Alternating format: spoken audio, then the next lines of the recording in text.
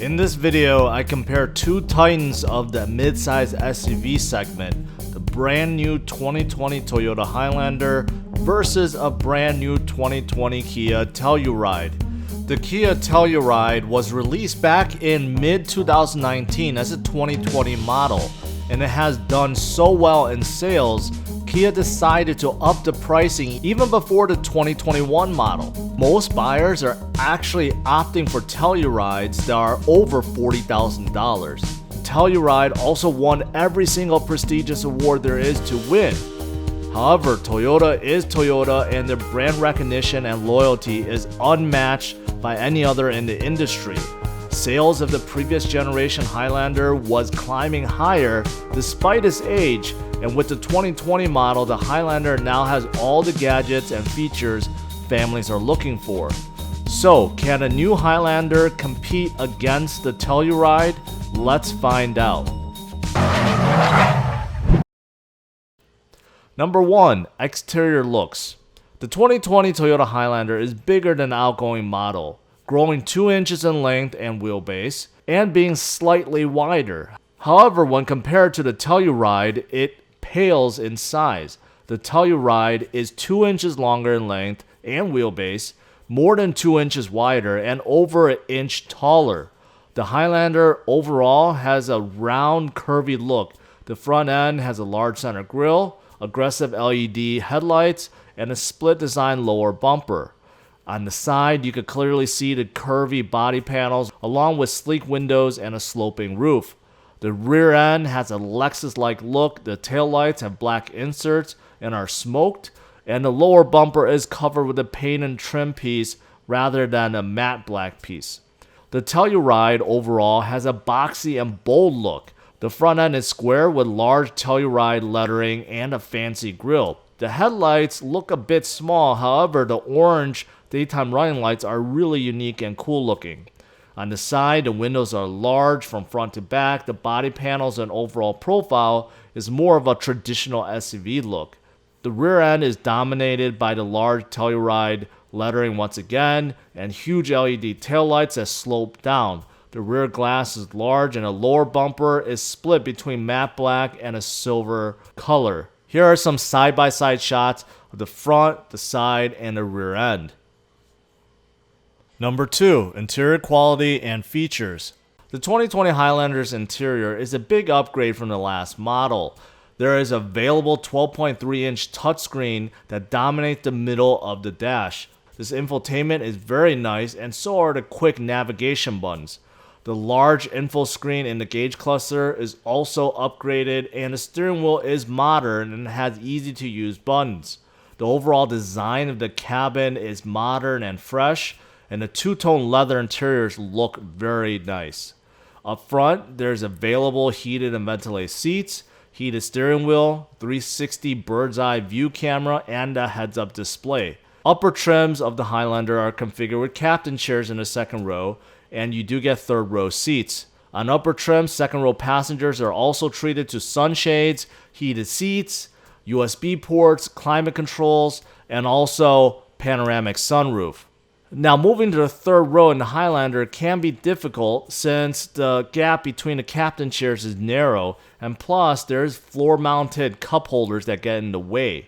And once you're in the third row, it's very cramped, it's low to the ground, and there's no amenities like USB ports for the kids or passengers. Now, the 2020 Telluride's interior is upscale and has a high-quality finish and feel. The available 10.25-inch infotainment screen is very high-res and easy to navigate. The buttons for quick navigating looks and feels great and matches the buttons on the modern-looking steering wheel. The overall design of the cabin feels like a German luxury car.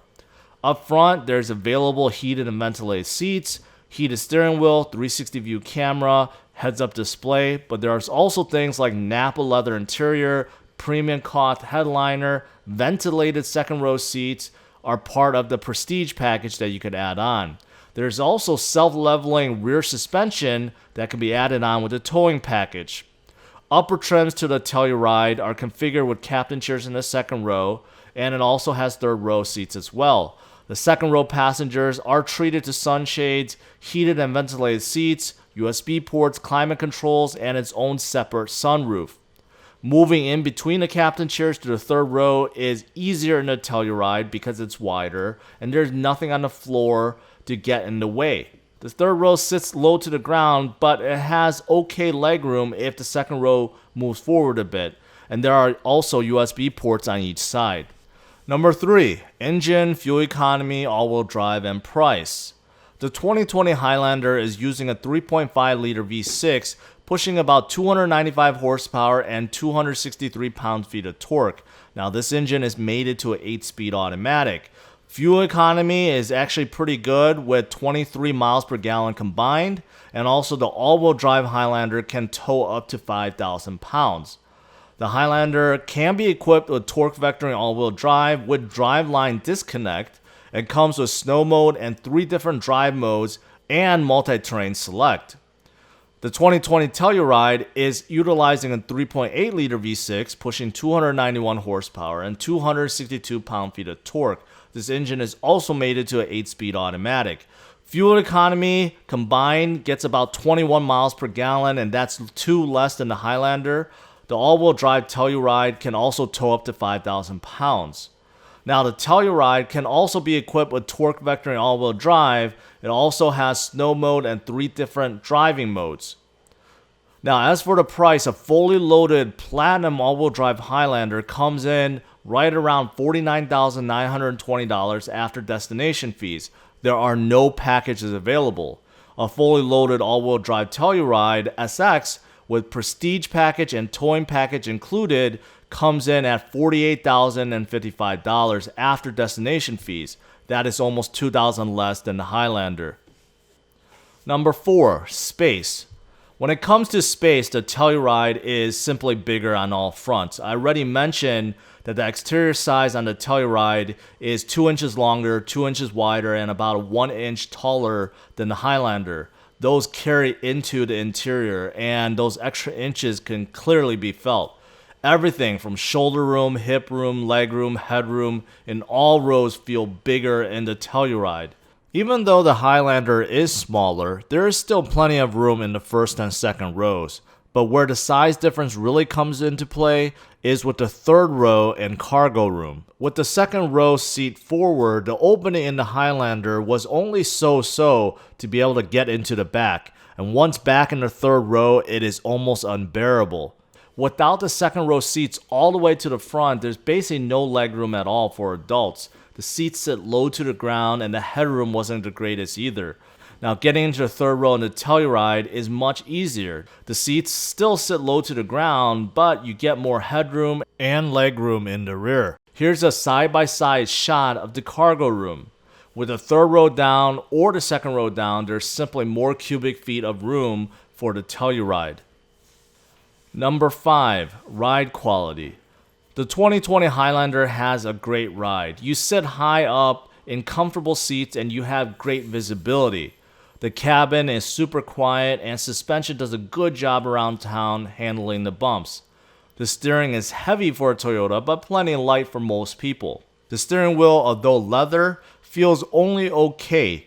They feel a bit scratchy. Acceleration around town was lively, but there's very little exhaust note, only engine noise. The 2020 Telluride has a great ride, but in my opinion gives a greater driving feel. The seating position, the seats, visibility is all great, just like the Highlander, but I feel like the suspension does a better job at soaking up the bumps and providing a better planted feel around the corner and bends. The steering is also much heavier than the Highlander and gives a precise feel. Acceleration around town was similar to the Highlander, but there is a slight throaty exhaust note, which I really enjoy. I did not get that in the Highlander.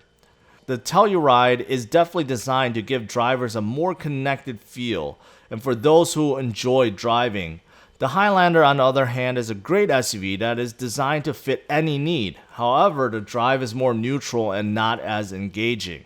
So, in the end, which SUV is king and which one do you prefer? The newly redesigned 2020 Toyota Highlander or the new 2020 Kia Telluride? Make sure you leave your thoughts in the comments below. Thanks for watching. Hit the like and subscribe to the channel. If you haven't checked out my full review videos on the Highlander and the Telluride, make sure you do so now.